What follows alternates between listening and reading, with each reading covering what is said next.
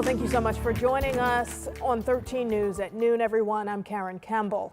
This afternoon, Metro Police are investigating after one person was shot and killed early this morning on Indy's west side. Now, IMPD is telling us that it happened on West Michigan Street near Holt Road. Around 5:15, detectives say they found a man shot. That man was pronounced dead at the scene. Police have detained a person of interest at the crime scene, but that person has since been released and is pending investigation. Now, IMPD tells 13 News it's been a violent 24 hours.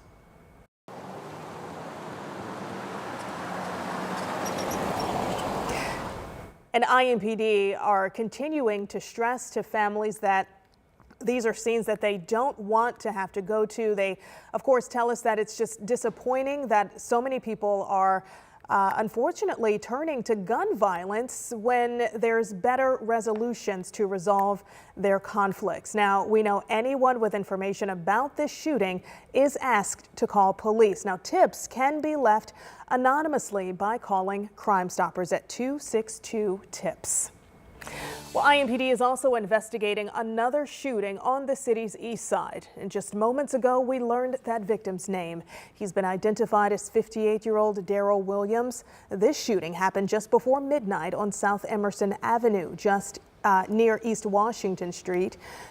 Right now, 13 News is working to learn more information on a possible suspect or a motive. And once we do get details into our newsroom on both of these ongoing investigations, we will pass along any new information to you on air and online at WTHR.com.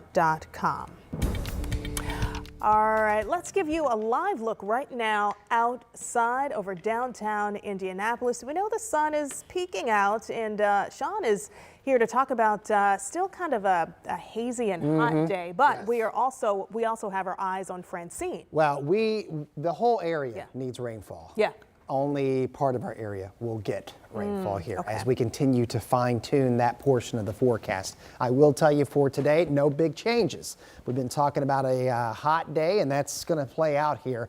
Lower 80s happening right now. You can see on the camera network here, we do have some high level clouds. These are coming from what's left of Francine here as it spins to the southwest of us. 85 in Shelbyville, 82 Indy, 84 this hour in Greenfield.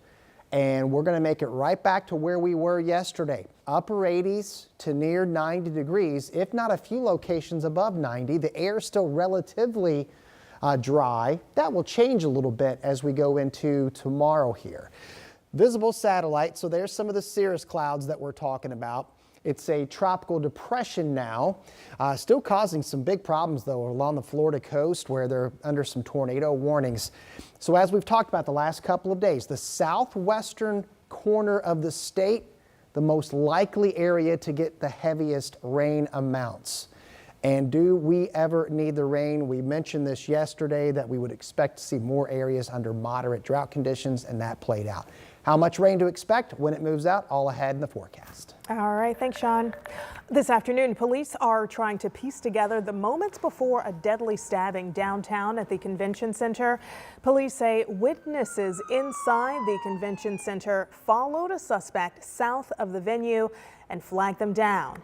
Now, right now, officers are investigating whether the suspect and victim knew each other and whether either of them worked at the convention center. Downtown is safe. I argue that we have wonderful technology in the downtown area that helps us solve crimes when crimes do occur. They are rare for downtown, but they do happen every once in a while. But usually when they happen, we solve them pretty quickly. We know there were not any scheduled events at the convention center at the time of the stabbing. Detectives are working with employees of the convention center to review potential video evidence. Metro Police investigating 3 shootings involving police over the last 24 hours. The first during a welfare check where a suspect was hit. The second during a multi-county police chase on the west side. And the latest investigation just before midnight on the city's near east side. Now, IMPD tells us it happened when patrolling officers noticed a plate on a car wanted in an investigation. They tell us those officers tried to stop the car when someone in the car shot at them and then took off. Officers followed that car down the street where other officers were able to stop the driver. 4 people were detained, including one person who was wanted in connection with a previous homicide investigation. An IMPD also investigating a hostage situation that turned into a police shooting. Police say it started yesterday as a welfare check near 79th and River Road. That's when officers, when they arrived, they say they heard a woman screaming inside and then they forced their way in. That's when police say a man with a gun started shooting at them. 2 officers fired back, hitting the suspect. In all, I think there's an erosion of just respect in general. And in this case, had the gentleman listened, I don't think that we would be here. The woman and police were not hurt. The 2 officers who fired their weapons are on leave right now, and that is standard procedure after a police shooting. And 13 News is working to learn if any charges will be filed in this incident.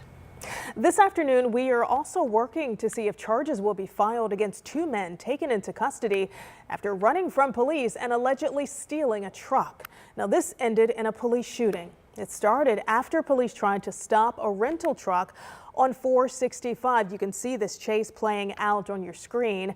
The driver took off and ran from police. The suspects led police into Hendricks County and then back into Marion County. The chase ended after the truck went down an embankment near Holt Road, and police arrested one of the men in the truck. The other managed to escape and steal another truck from a nearby business. An officer shot at the truck, but the driver kept going until crashing near Kentucky Avenue and Harding Street. Now, a police canine unit later caught the man. No officers or suspects were hurt. An Uber rideshare driver remains behind bars this afternoon, accused of shooting and killing a woman and then hiding her body in a wooded area. 29-year-old Francisco Valadez was scheduled to appear in court today on a preliminary charge of murder in the death of Shanti Dixon, but the hearing was rescheduled for next Monday. Police believe the shooting happened on Indy's southeast side as Dixon was coming home from work Sunday morning. We caught up with Dixon's family yesterday. Shanti Dixon's mother says that she always checked in with her. So when she couldn't reach her daughter, she filed a missing person report with IMPD. Shanti was a mother and the oldest of her siblings. Now her mom, Risa Dixon, is forced to live a life without her daughter. My heart is saying that she's going to walk through the door, say, "Hey, mama, what y'all doing?" That's what my heart say, but I know she not gonna physically walk through the door. And we will make sure to report any updates in this ongoing investigation. This afternoon, we are getting insight into how Indy's police and fire departments want to spend their money next year. It's all part of the mayor's proposed 2025 budget. Currently, IMPD is set to receive $338 million. Now, that's up 4% compared to this year's funding. The money will help maintain the department's staffing, body-worn cameras, license plate readers, and Indianapolis Fire is set to receive $258 million. Now, that's also up $3 million from current levels. The money will go toward equipment upgrades, union contracts, and a new arson unit. Well, we know that Indianapolis-based drug company Eli Lilly is investing nearly $2 billion into its manufacturing sites in Ireland. This is to support production of its new Alzheimer's treatment. The FDA gave Lilly's Kinsula full approval earlier this summer. The drug treats early symptoms of Alzheimer's disease in adults. Eli Lilly will invest $1.8 billion across 2 sites in Ireland to ramp up production. This investment will also help the company meet demand for its popular weight loss and diabetes drugs, Mounjaro and Zepbound.